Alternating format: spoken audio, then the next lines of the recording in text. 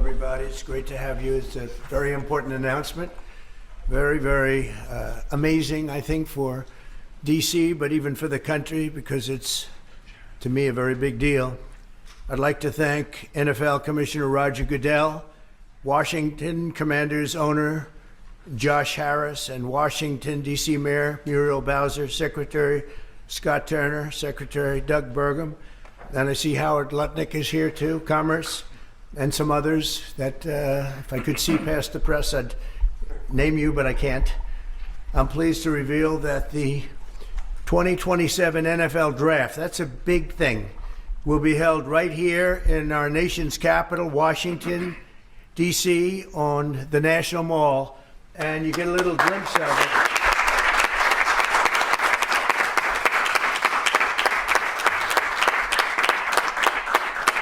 I was just saying to Roger, I don't think there's ever been anything like that. That's a good idea. In fact, maybe we could use it for other things also. I have an idea. It's going to be beautiful. It's going to be something that nobody else will ever be able to duplicate that, I don't suspect. It's very exciting. Every year, hundreds of young football players have their dreams come true as the NFL teams across the land, and you just saw that last week. Select the best young players in America to join their ranks. Hundreds of thousands of football fans will travel all across our country to cheer them on in person. We expect, would you say, more than 100,000 people, I think. What is the capacity would you think it can hold? Because the mall can actually hold up to 1 million people if you go all the way back. What do you think? Over 3 days, we'll be over 1 million. Oh, yeah, you're going to have a tremendous amount of people. Boosting local businesses and bringing jobs and tourism to the heart of our capital. The draft is a celebration of one of our country's most cherished cultural institutions and the annual highlights for football fans everywhere. Everyone in the world is going to be watching. We look forward to welcoming people from across the nation, from all over the world. Last month, the Washington Commanders and the D.C. government also announced a major deal to build a brand new 65,000-seat football arena at the site of the RFK Stadium in eastern Capitol Hill, and I don't think there's a better site anywhere in the world than that site. Incredibly exciting. You know, he's a friend of mine. He's a very successful guy. There's a reason for it. It's amazing. It sat there for years, and people were talking about stadiums in 25 different sites. I said, they're not talking about the best site. That's the best site there is. Bringing professional football back into the district from Maryland. And not only are these announcements great for the NFL, but they also advance the mission of making Washington, D.C. safe and clean and beautiful. And we're working very closely with the mayor, as you know, and we've made a lot of improvements in the last few months, and it's getting to look really strong. Crime is way down, and there's a good relationship we have going with Muriel. So I want to thank you very much. And would you like to say a few words? Thank you, Mr. President. The mayor, please. Thank you. Thank you. Well, greetings. I'm Muriel Bowser. I'm the mayor of the best city in the world and also the sports capital. And we are delighted to be here with the Washington Commanders, the NFL, and the president to talk about this very exciting announcement for Washington, D.C. We believe in investing in sports because they have helped us transform neighborhoods, and the NFL bringing this event to the nation's capital will help us fill hotel rooms, our restaurants, and Americans from all 50 states will come to their nation's capital and enjoy our beautiful city and museum. So we're just delighted to be here, and we want to thank everybody for all the hard work to get here. Thanks, Mayor. Thank you.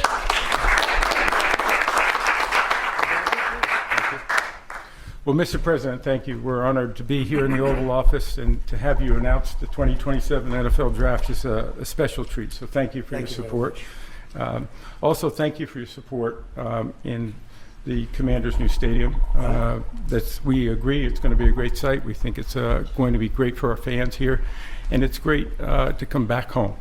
And so we're very excited about that. Josh is leading the way on our behalf, and the mayor, so we thank both of them for that. We also want to thank you because in the first term you helped us get a Canadian trade deal, which we want to make sure we note again and make sure you know. Canada does not like me too much. They gave a great American company a lot of money that you deserved, frankly. So Well, thank you. The draft has really become one of the great entertainment and sports events. Just a week ago in Green Bay, we had over 600,000 people attend. The year before in Detroit, we had close to 800,000. As the president remarked, we believe we'll be well over 1 million when we come here to D.C. in 2027. So we not only believe it's a great site, we believe it's consistent with what the president said, which is investing in our communities, investing specifically here in the nation's capital, one that I grew up here in Washington, D.C., and is particularly important. We think we can have a tremendous impact on this community, and it will not just be an event, it will be something that will show the world how far the nation's capital has come and where it's going. So we're very excited about that. And we thank everybody here. We thank you for your support. We know it's going to be a great event. Mr. President, we thank you again. thank you very much. You're welcome. Good luck with it. Mr. President, thank you very much. We wouldn't be here without you. Thank you for your leadership in terms of the stadium, and now, what a great day for Washington. I mean, to host the NFL draft in 2027 on the Mall. I believe we'll get over 1 million people, and it's going to be an amazing day, and it'll showcase what Washington's all about, but it'll also showcase what our country's all about. Washington is the gateway city to our country, and it'll be an amazing day, and we can't wait to get started. And I couldn't have done it without my partners, Roger Goodell, thank you, and Mayor Muriel Bowser. And we're ready to get to work, and I can't imagine RFK coming back. I grew up here. DC used to stop and on Sundays, and everyone would be inside watching football, or everyone would be glued at the stadium. And so we want to bring that back. And football really is as essential to the culture of America. We all love it. We all watch it, and it brings people together. And so what a great way to celebrate the United States of America, the NFL, and the Washington Commanders. And President Trump, we leave on your desk a Trump jersey. You are the ultimate commander, so it is a Commander's jersey. There's no bird on it, but we appreciate you, and thank you for everything you've done, and look forward to the future. Thank you very much. Thank you. And I have to say that Josh had a very good draft a short while ago. You have a very good quarterback. We do. A great quarterback, I think. Very Great. excited about Jaden. Any questions, please, about the stadium or any of it? Yeah, please. Yes. Thank you very much. Yes, thank you so much. About the draft, and I would like to upcome an event that it was already mentioned here, the World Cup. Although United States, the passion here is football. For the World Cup next year, how do you envision, Mr. President, this event here in the United Well, it'll be States? fantastic. I worked very hard to get the World Cup. It was, in fact, I think I have the trophy right here, right behind you. Don't have a picture taken with Roger and that trophy, by the way.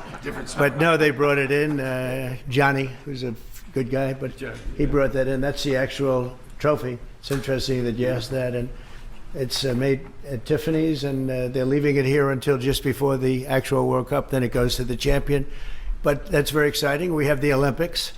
So we have both of them. I worked very hard in getting both, and I said, I'm not going to be able to be there as president. And then a strange thing happened, and it turned out I became president not for the term that I was supposed to be. I became president while we have the Olympics and the World Cup, and we have something that maybe surpasses everything, the 250th anniversary of our country. So that's going to be great. That's going to be a very big event, a year-long event. So thank you for the question. Very nice question. Yeah, please. Yes. So you've often said you want U.S. to be bigger, better, and stronger. Currently, Russia is the biggest country in the world by landmass, followed by Canada and then China.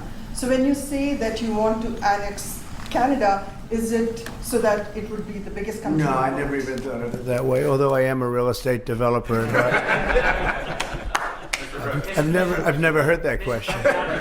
Yeah, please, go ahead. Mr. President, will you have have to hire more security and police in order to accommodate the million people coming in for the NFL draft? I think that there'll be something, and I know Roger will work it out, and Josh and all of us will work it out. It's such an honor to have that. I think it'll be great for everybody, great for our country. It'll be something very special. There's no scene like it. There's no site like it. My whole life was based on sites, locations, and as soon as I looked at that rendering, it's going to be beautiful. It's going to really be beautiful. You know, interestingly, I didn't know exactly where it's at relative to the Capitol, but the stadium, if you go back, is right behind the Capitol, miles behind, but nevertheless visually right behind it. So it's going to be an architect's dream, whoever the architect is chosen, and the owner. It's going to be something special. I think it's going to be great for the area. Going to be, it will be top of the line. I know these people very well, and they only know about top of the line. And I would say that more will be put into the stadium than would be put into a identical stadium of a similar size. I think they're going to do a special, because of the importance of the location. I have no doubt they'll do a special job. Yeah, please. Can you explain a little bit about how you would implement tariffs on the film industry, kind of how that would work? Well, that's a different story, but our film industry has been decimated by other countries taking them out, and also by incompetence, like in Los Angeles. The governor is a grossly incompetent man. He's just allowed it to be taken away from, Hollywood. Hollywood doesn't do very much of that business. They have the nice sign and everything's good, but they don't do very much. A lot of it's been taken to other countries, and a big proportion. And I'm actually going to meet with some because, there's some advantages, I guess, and I'm not looking to hurt the industry. I want to help the industry. But they're given financing by other countries. They're given a lot of things. And the industry was decimated. If you look at how little is done in this country now, you think we were the ones. We used to do 100, not long ago, 100%. Now we do almost like very little. It's shocking. Are you in that business too? Because he's in so many businesses. You could explain it, but it's not a good situation.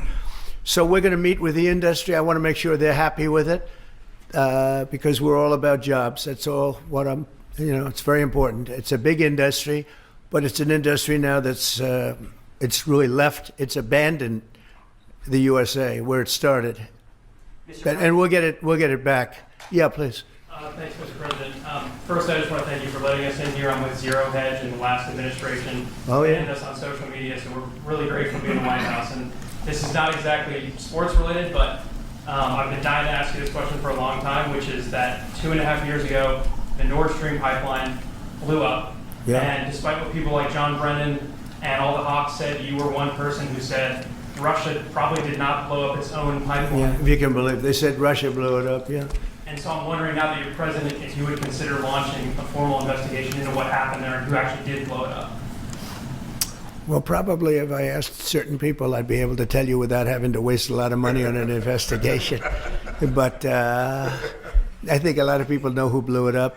But I was the one that blew it up originally because I wouldn't let it be built. And then when Biden got in, he allowed it to be built. And it's very interesting. But I think Russia, with the price of oil right now, oil's gone down. I think we're in a good position to settle. They want to settle. Ukraine wants to settle. If I weren't president, nobody would be settling. They're losing 5,000 people a day. Think of it. Here we talk about football.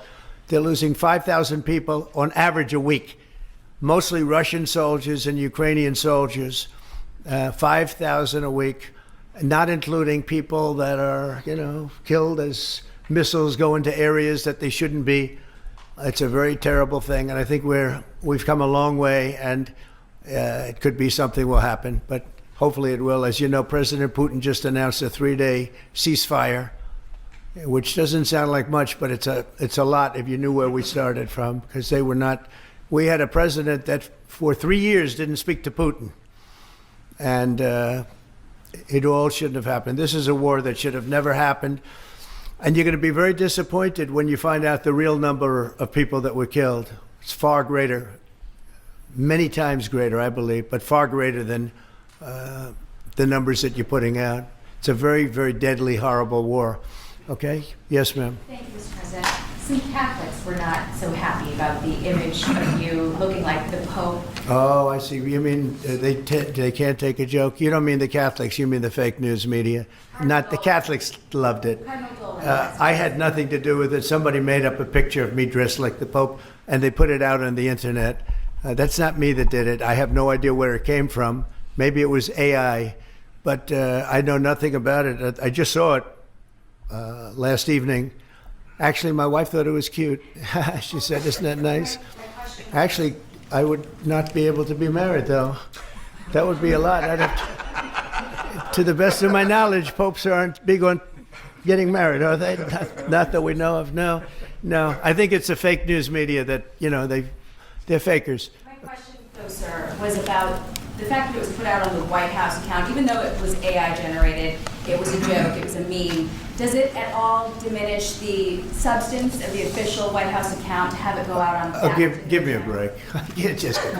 It was just somebody did it in fun. It's fine. Have to have a little fun, don't you? Yeah, please, go ahead. Tell me about the program that's just been introduced to give undocumented immigrants living in the United States About me? $1,000 to self-deport. Can you just tell us a little bit? Oh, the new program, yeah. We have millions of people that have come into this country illegally through an administration that didn't know what they were doing. They didn't have a clue. And now we find out officially they didn't because the president was incompetent, but I could have told you that before. And they've allowed millions and millions of people to pour in. Murderers, drug dealers, the biggest drug dealers in the world, actually, terrorists come in, emptied prisons from many countries, not just South America, all over the world. They emptied their prisons into our beautiful USA. And to get that many people out, 21 million people we think the real number is, but let's say 3 million of them are serious criminals. 11,888 murderers, many of whom murdered more than one person. It's hard to believe we have to even talk about this while we're talking about something so beautiful, but it's something we have to talk about having to do with the country because it's very important. So they came in by the millions illegally into our country. They just flowed in through an open border policy that was insane. And what we've done is we've offered, the numbers, but because we're taking them out by the thousands, we're being obstructed. It's very unfair what's happening because the court system it's very unfair. We have to get them out fast. These are bad people. These are people that are killing, and they've already killed many people in this country. The illegal immigrants that came in illegally through an open border policy, which is insane. We talk about common sense. That's not common sense. And they came in from the Congo, all over Africa, all over Asia, all over South America, parts of Europe. They flowed in and just walked right into our country. We had no idea who they were. 21 million at least. That's probably a low number. You hear lower numbers than that. It's not. That's a low number. But many are really serious criminals and terrorists and people from jails. They emptied out jails. Venezuela, their crime is down 72% because they took all the criminals off the streets and the gangs and they dumped them into our country. So we're getting them out. It's a very difficult thing with the courts because the courts have all of a sudden, out of nowhere, they said, maybe you have to have trials. We're going to have 5 million trials. Doesn't work. You wouldn't have a country left. But hopefully the Supreme Court will save it. But what they've done is a very, very serious thing. Past presidents took out hundreds of thousands of people when needed. You look at Eisenhower, you look at many of them, and they took people out and they didn't go through any of this. But what we thought we'd do is a self-deport, where we're going to pay each one a certain amount of money, and we're going to get them a beautiful flight back to where they came from, and they have a period of time. And if they make it, we're going to work with them so that maybe someday, with a little work, they can come back in if they're good people, if they're the kind of people that we want in our company, industrious people that could love our country. And if they're not, they won't. But it will give them a path to becoming, to coming back into the country. If they miss that limit, they're going to be taken out of our country. And they will never get a path to come back in. And it'll be a much tougher process. And it's called self-deportation. And by doing that, you're talking about so many millions of people. By doing that, we've taken out thousands of terrorists, drug lords. What we've done is amazing, and I'm sure Tom Homan and Christy Noem have done an incredible job. They really have done an incredible job, but it's a hard job. So we're going to have a self-deportation where they deport themselves out of our country, and we'll work with them, and we're going to try, and if we think they're good, they have, the people we want in our country, they're going to come back into our country. We'll give them a little easier route. But if they don't work, and if we take them out after the date, then they're never coming back, and that's the least of the problems that they're going to have. Yeah, please. What's your expectation for your meeting with the Canadian Prime Minister tomorrow? I don't know. He's coming to see me. I'm not sure what he wants to see me about, but I guess he wants to make a deal. Everybody does. They all want to make a deal because we have something that they all want. We have something that they all want. China wants to make a deal very badly. You see what's happening to China. China's being decimated, and I don't want that to happen. But they have to make a fair deal. We were losing hundreds of billions of dollars a year. We were losing think of it, on our trade policies with Biden. We're losing $5 billion a day. I think Josh, as a great businessman, would not let that happen too long, right? How many groups can lose $5 billion a day? Hard to do that. If you lose $5 billion one day, that's the end of that company, right? You're fired. He says, "You're fired. Get out of here." So we essentially did that, and we have it down to a very low number. We're doing really well, really well. Yeah. How did you decide to reopen Alka-Trust? Can you walk us through that decision? Did I say what? To reopen Alka-Trust, how will you use it? How did you come up with the idea? Well, I guess I was supposed to be a movie maker. We started with the movie making, and we'll end. I mean, it represents something very strong, very powerful in terms of law and order. Our country needs law and order. Alcatraz is, I would say, the ultimate, right? Alcatraz, Sing Sing and Alcatraz, the movies. But it's right now a museum, believe it or not. A lot of people go there.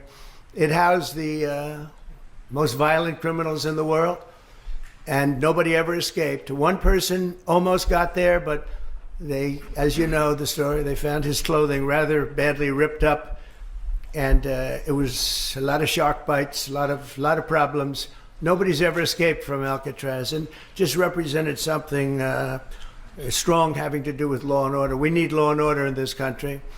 And so we're going to look at it. Some of the people up here are going to be working very hard on that. And we had a little conversation. I think it's going to be very interesting. We'll see if we can bring it back in large form, add a lot. But I think it represents something. Right now it's a big hulk that's sitting there rusting and rotting. You look at it, it's sort of, you saw that picture that was put out. It's sort of amazing. But it sort of represents something that's both horrible and beautiful and strong and miserable, weak. It's got a lot of qualities that are interesting, and I think they make a point.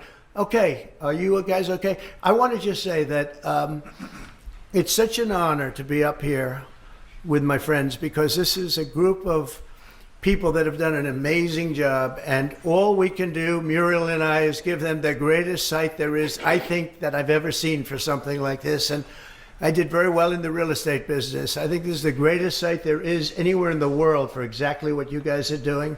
And we'll work with you. We've got a lot of work to do to get it going, but we'll work with you, and we'll try and make the dream come true. And I want to thank you all very much for being here. Thank you. Thank you very much.